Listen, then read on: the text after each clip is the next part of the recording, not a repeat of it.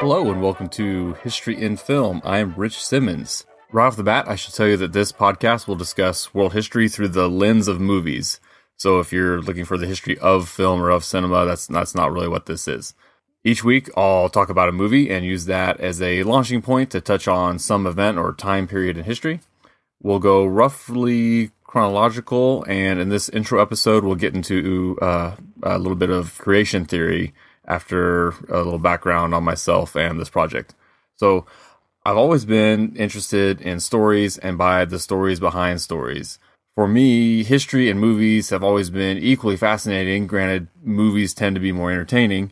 The idea for a project like this first developed years ago, and I had thought to do it as a coffee table style book, but never found the time. There are two movies that stick in my mind as triggering this idea for me. The first is Braveheart. Yes, it has some key historical inaccuracies that I'm sure we'll get to down the line. But we meet Edward I of England, known as Longshanks, the cruel old king trying to keep the Scots down. The other movie is Becket from 1964, starring Peter O'Toole as Henry II of England, who was the great-grandson of William the Conqueror. Now, what's the connection?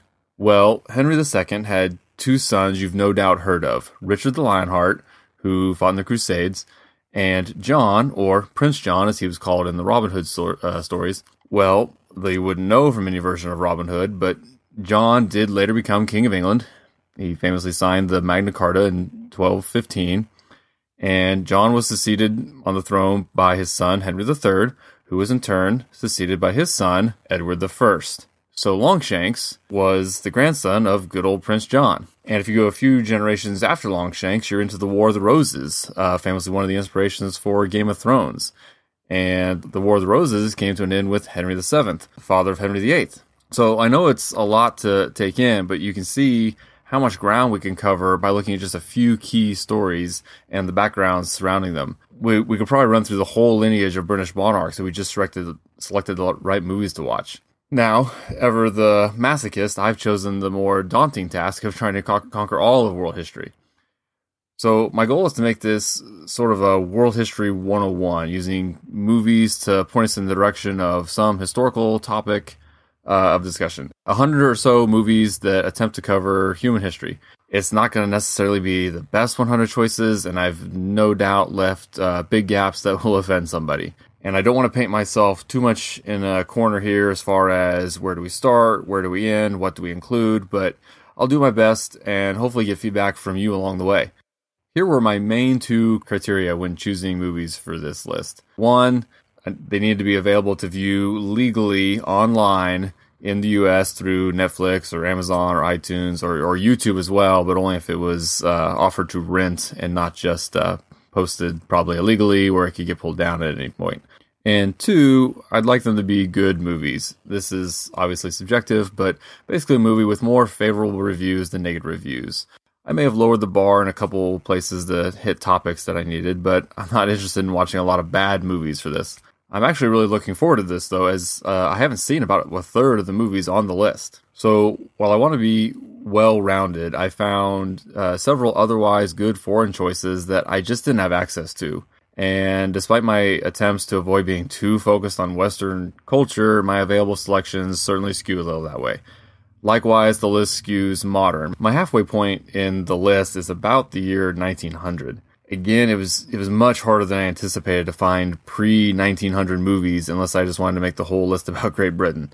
So I chose modern geographical and cultural diversity over choosing a film for each and every British monarch. The goal will be to include as much historical context as I can leading into each short story without boring you or myself. So next, who am I and how am I qualified to do this? Well, it's 2017 and qualifications are apparently meaningless. But I'll have you know that I made it 2/3 of the way through my first semester as a grad student in history before dropping out to open a DVD rental store in 2004. I've seen every Oscar winner for Best Picture and all but about 40 of the Best Picture nominees. And finally, I wrote a young adult novel about 3 time-traveling teenagers who visit a few places that we might see along the way here. It's called Magic Carpet Ride. I'll leave the details where you can find them. So I'm a storytelling history lover and movie buff with enough time on his hands to tackle this project. Basically, I'm the perfect host. So, how do we know what we know about history? Like any academic field, histories come from a consensus view of events based on physical and written records. Theories and stories can be amended based on new evidence, and by its very nature, much of history is just unknowable. We now know that in the modern criminal justice system, for example, that even eyewitness testimony can be very unreliable, so any written record of the past, even if it was written at the time, has to be taken with a grain of salt. And of course, as the saying goes, history is written by the winners. History does refer to the time of written records, which is why the term prehistory or prehistoric exists. Prehistory was the time before which people wrote about themselves or had other contemporaries write about them. There is considerable overlap throughout the world, though. We have written Chinese and Egyptian records dating back around 3,500 and 5,000 years, respectively, but some place like England was later to the game with its agreed-upon recorded history beginning less than 2,000 years ago, and King Arthur, for example, being technically only a legendary figure, despite his hypothetical reign being only about 1,500 years ago. Modern historians can examine past histories and archaeological evidence to try to give us a clearer picture of the past, but again, in the end, it is unknowable. Movies rarely, if ever, claim to be historical documents, but since we're talking about taking everything with a grain of salt in the first place, I think movies can be a fine place to start a discussion. It would be easy to make this a giant list of war movies, and there will certainly be more than a few battles along the way, but we'll also look at the origins of major religions, which actually will include some battles still.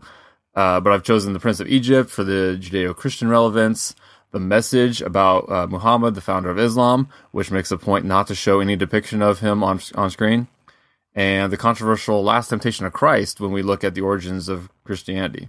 You'll note, especially early in the list, myth, history, and legend are all intertwined, but that's exactly what I plan to discuss along with each movie. There will be plenty of movies of kings and queens and emperors, not just from Europe, but China and India and others around the world.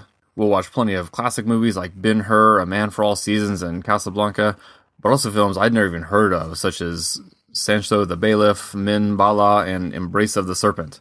For this intro episode, let's look briefly at creation. Modern science is in agreement that the universe began with a big bang where all matter was contained in a single point before exploding out in all directions. Atoms coalesced over billions of years, creating galaxies, stars, and planets.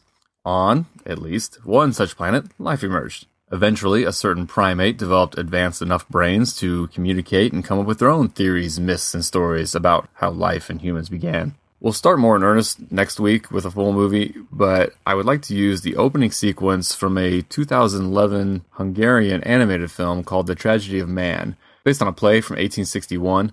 My plan had initially been to start with Prehistoric Man in Quest for Fire, but Tragedy of Man entered my radar when I had over 90 movies in place, and I'd never seen it before and saw it dealt with creation. It's a little too artistic for my taste, though, little to no plot, but it's beautifully animated.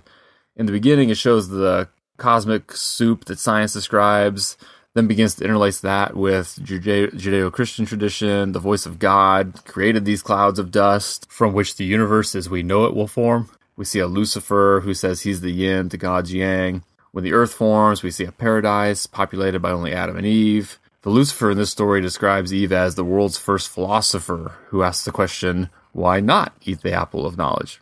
Again, plot isn't the focus here. The movie quickly jumps into cavemen, painting on walls by torchlight, hunting and dancing, and domesticating dogs. And we'll get more into early man next week. But if you're curious to check out The Tragedy of Man, it's available to rent on YouTube. If you liked Terrence Malick's Tree of Life, it might be right up your alley. For today, let's stick briefly with creation stories, just based on the cursory research I did for this. So Muslims, Christians, and Jews all believe in Adam and Eve and the six-day creation by God.